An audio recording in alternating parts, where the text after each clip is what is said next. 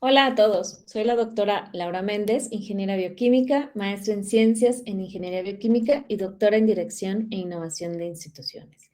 Y hoy hablaremos acerca de ingeniería e innovaciones para un futuro más verde.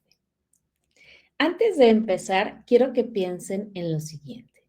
¿Cómo imaginan el mundo dentro de 50 años? ¿Cómo les gustaría que fuera? Si son como yo, probablemente quieran un planeta más limpio, con ciudades inteligentes, transporte eficiente y energía renovable al alcance de todos. Pero aquí está el problema. Si seguimos como vamos, ese futuro no está garantizado. Veamos los siguientes datos. Las ciudades consumen más del 75% de la energía mundial y generan el 70% de las emisiones de dióxido de carbono. Cada año producimos más de 2.000 millones de toneladas de desechos sólidos. Solo el 9% de los plásticos que hemos fabricado en la historia ha sido reciclado. Eso significa que, como ingenieros, tenemos un desafío enorme por delante, pero también significa algo increíble. Tenemos en nuestras manos el poder de cambiar la historia.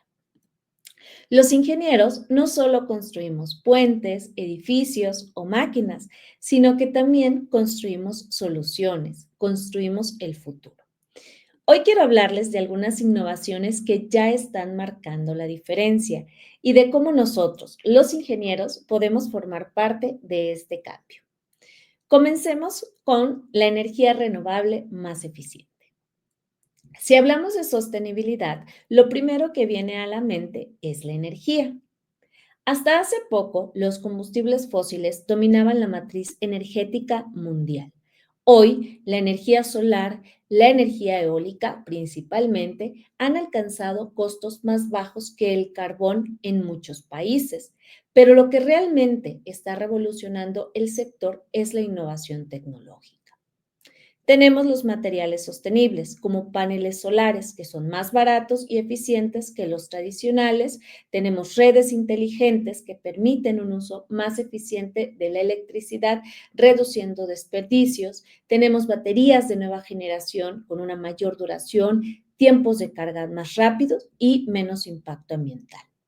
Además de estos materiales sostenibles y construcción verde, podemos mencionar que la industria de la construcción es una de las más contaminantes del planeta. ¿Lo creerían? El cemento, por ejemplo, es responsable del 8% de las emisiones de dióxido de carbono, CO2, a nivel global. Por suerte, la innovación en materiales nos está dando nuevas opciones. Por ejemplo, tenemos el concreto que absorbe CO2 en lugar de liberarlo. Tenemos bioplásticos hechos con hongos y algas para reemplazar el plástico convencional. Además, existen los materiales autorreparables que prolongan la vida útil de la infraestructura. Otra innovación importante es el transporte y movilidad sostenible. El sector del transporte representa una cuarta parte de las emisiones globales. Aquí es donde las innovaciones disruptivas están ocurriendo. Tenemos autos eléctricos con baterías más eficientes y carga ultra rápida. Trenes de levitación magnética que alcanzan más de 600 kilómetros por hora con mínimo consumo energético.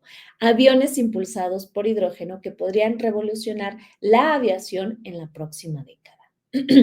Mi innovación preferida son las ciudades inteligentes y sostenibles. Imaginen vivir en una ciudad en donde todo está diseñado para reducir el impacto ambiental. De película, ¿no? Ciudades como Masdar City en Emiratos Árabes está demostrando que es posible ser 100% carbono neutro.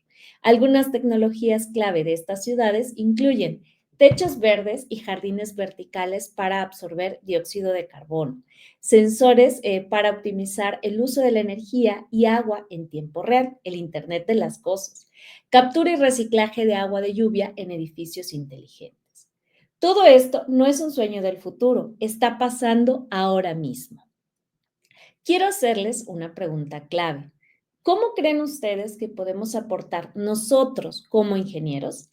El futuro verde no solo depende de gobiernos o de grandes corporaciones como hemos creído, depende de las ideas, de la creatividad y del trabajo de ingenieros como nosotros. Algunos de los retos más urgentes son hacer que la energía renovable sea más accesible y eficiente, diseñar productos con un ciclo de vida más largo y reciclable, lograr que las ciudades sean carbono neutro para 2050. Pero, ¿qué oportunidades hay para nosotros? También tenemos varias. Primero, especializarnos en áreas como energías renovables, materiales sostenibles o automatización. También podemos participar en proyectos de innovación ecológica, siempre aportando nuestras ideas, diseñando soluciones también que cambien la tecnología, la ingeniería y la sustentabilidad. En este punto, cada uno de nosotros tiene que preguntarse, ¿cómo puedo aportar con mi carrera? Me gustaría compartirte algunos casos inspiradores de ingenieros como nosotros, como tú, como yo, que están cambiando en el mundo. Primero tenemos The Ocean Cleanup, que está liderado por un ingeniero de 18 años que diseñó un sistema para limpiar plásticos del océano. Hoy su empresa ha recolectado más de 5 millones de kilos de basura marina. El segundo ejemplo es Tesla y su revolución eléctrica.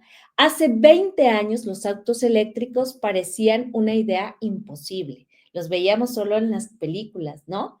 Sin embargo, hoy están transformando la industria del transporte.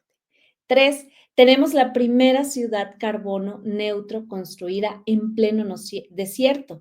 Esta ciudad opera 100% con energía solar y tiene transporte autónomo sin emisiones. ¿Qué tienen en común estos proyectos? Pues que creen, fueron creados por personas como nosotros, ingenieros, que vieron un problema y encontraron una solución. Ahora que conocemos estas innovaciones, la gran pregunta es, ¿qué podemos hacer hoy para contribuir a un futuro más verde? Primero, debemos aprender sobre energías renovables y economía circular, y no solo aprenderlo, sino llevarlo a cabo. Pensar en un problema ambiental y desarrollar una solución desde la ingeniería. 3. Unirnos a comunidades y proyectos de innovación sostenible. Recordemos que la ingeniería no solo se trata de resolver problemas, ¿sí? Ahora trata de imaginar y construir un mundo mejor. Quiero dejarles esta última reflexión. Nosotros no solo construimos puentes o edificios, construimos el futuro. No solo diseñamos productos, diseñamos impacto. No solo innovamos, creamos el mundo en el que queremos vivir. Les voy a dejar una charla TED que se llama El futuro de las ciudades. ¿Qué sucede cuando hacemos las cosas bien? De Alex Stephen. Ahí ustedes pueden reflexionar justamente acerca de estas innovaciones. Nosotros como ingenieros tenemos las herramientas, la creatividad y el conocimiento para hacer la diferencia. La pregunta es, ¿están listos para aceptar el reto? Vamos a diseñar un mundo más verde juntos. You know, climate change is already a heavy topic, and it's getting heavier because we're understanding that we need to do more than we are, right? We're understanding, in fact, that those of us who live in the developed world need to be really pushing towards eliminating our emissions. That's, to put it mildly, not what's on the table now. And it tends to feel a little overwhelming when we look at what is there in reality today and the magnitude of the problem that we face. And when we have overwhelming problems in front of us, we tend to seek simple answers. And I think this is what we've done with climate change. We look at where the emissions are coming from. They're coming out of our tailpipes and smokestacks and so forth. And we say, okay, well, the problem is that they're coming out of fossil fuels that we're burning. So therefore, the answer must be to replace those fossil fuels with clean sources of energy. And while, of course, we do need clean energy, I would put to you that it's possible that by looking at climate change as a clean energy generation problem, we're in fact setting ourselves up not to solve it. And the reason why is that we live on a planet that is rapidly urbanizing. That shouldn't be news to any of us. However, it's hard sometimes to remember the extent of that urbanization. By mid-century, we're going to have about 8 billion, perhaps more people living in cities or within a day's travel of one. We will be an overwhelmingly urban species. In order to provide the kind of energy that it would take for 8 billion people living in cities that are even somewhat like the cities that those of us in the global north live in today, we would have to generate an absolutely astonishing amount of energy. It may be possible that we are not even able to build that much clean energy, right? So if we're seriously talking about tackling climate change on an urbanizing planet, we need to look somewhere else for the solution. The solution, in fact, may be closer to hand than we think, because all of those cities we're building are opportunities. Every city determines, to a very large extent, the amount of energy used by its inhabitants.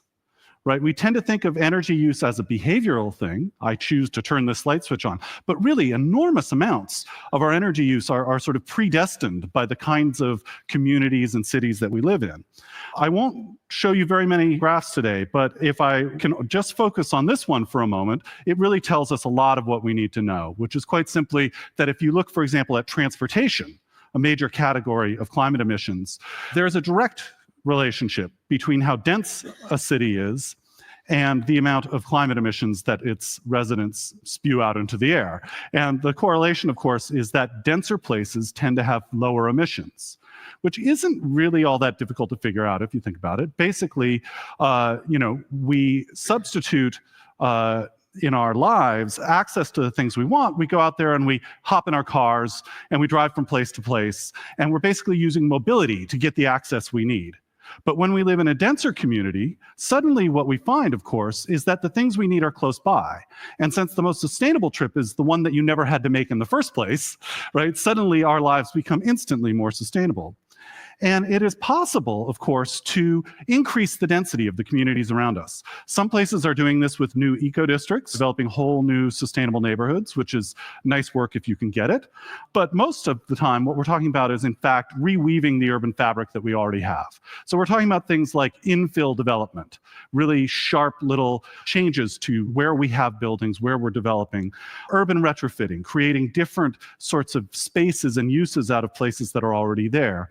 Increasingly, we're realizing that we don't even need to densify an entire city. What we need instead is an average density that rises to a level where we don't drive as much and so on. And that can be done by raising the density in very specific spots a whole lot, right? So you could think of it as tent poles that actually raise the density of the entire city. And we find that when we do that, we can in fact have a few places that are really hyperdense within a wider fabric of places that are perhaps a little more comfortable and achieve the same results. Now, we may find that there are places that are really, really dense and still hold on to their cars. But the reality is that by and large, what we see when we get a lot of people together with the right conditions is a threshold effect, where people simply stop driving as much, and increasingly more and more people, if they're surrounded by places that make them feel at home, give up their cars altogether. And this is a huge, huge energy savings, because what comes out of our tailpipe is really just, the beginning of the story with climate emissions from cars. We have the manufacture of the car, the disposal of the car, all of the parking and freeways and so on. When you can get rid of all of those because somebody doesn't use any of them really, you find that you can actually cut transportation emissions as much as 90%. And people are embracing this. All around the world, we're seeing more and more people embrace this sort of walk shed life. People are saying that it's moving from the idea of the dream home to the dream neighborhood. And when you layer that over with the kind of ubiquitous communications that we're starting to see, what you find is, in fact, even more access sort of suffused into spaces. Some of it's transportation access. This is a magnificent map that shows me, in this case, how far I can get from my home in 30 minutes using public transportation. Some of it is about walking. It's not all perfect yet. This is Google Walking Maps. I asked how to do the Greater Ridgeway, and it told me to go via Guernsey. It did tell me that this route may be missing sidewalks or pedestrian paths, though. But the technologies are getting better, and we're starting to really kind of crowdsource this navigation. And as we just heard earlier, of course, we're also learning how to put information on dumb objects, things that don't have any wiring in them at all. We're learning how to include in these sort of systems of notation and navigation. Part of what we're finding with this is that what we thought was the major point of manufacturing and consumption, which is to get a bunch of stuff, is not in fact how we really live best in dense environments. What we're finding is that what we want is access to the capacities of things. My favorite example is a drill. Who here owns a drill, a home power drill? Okay, I do too. The average home power drill is used somewhere between 6 and 20 minutes in its entire lifetime, depending on who you ask.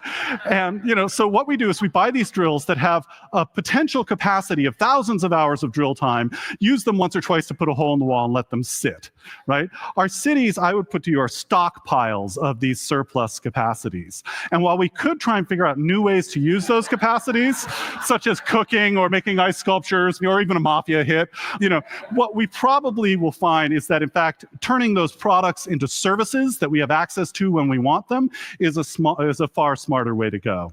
And in fact, even space itself is turning into a service. We're finding that people can share the same spaces, do stuff with vacant space.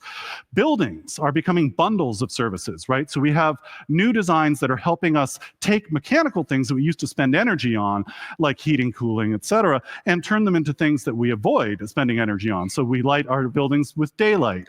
We cool them with breezes. We heat them with sunshine. In fact, when we use all these things, what we found is that in some cases, energy use in a building can drop as much as 90%, which brings on another threshold effect I like to call furnace dumping, which is quite simply, if you have a building that doesn't need to be heated with a furnace, you save a whole bunch of money up front. These things actually become cheaper to build than the alternatives. Now, when we look at being able to, slash our product use, slash our transportation use, slash, our building energy use, all of that is great, but it still leaves something behind. And if we're going to really truly become sustainable cities, we need to think a little differently. This is one way to do it. This is Vancouver's propaganda about how green a city they are. And certainly lots of people have taken to heart this idea that a sustainable city is covered in greenery. So we have visions like this, we have visions like this, we have visions like this. Now, all of these are fine projects, but they really have kind of missed an essential point, which is it's not about the leaves above, it's about the systems below. Do they, for instance, capture rainwater so that we can reduce water use? Water is energy intensive. Do they perhaps include green infrastructures so that we can take runoff and water that's going out of our houses and clean it and filter it and grow urban street trees? Do they connect us back to the ecosystems around us by, for example, connecting us to rivers and allowing for restoration? Do they allow for pollination? Pollinator pathways that bees and butterflies and such can come back into our cities? Do they even take the very waste matter that we have from food and fiber and so forth and turn it back into soil, right? And sequester carbon, take carbon out of the air in the process of using our cities? I would submit to you that all of these things are not only possible, they're being done right now. And that it's a darn good thing. Because right now, our economy, by and large, operates, as Paul Hawkins said, by stealing the future, selling it in the present, and calling it GDP. And if we have another 8 billion or 7 billion or 6 billion even people living on a planet where their cities also steal the future, we're going to run out of future really fast. But if we think differently, I think that, in fact, we can have cities that are not only zero emissions, but have unlimited possibilities as well. Thank you very much.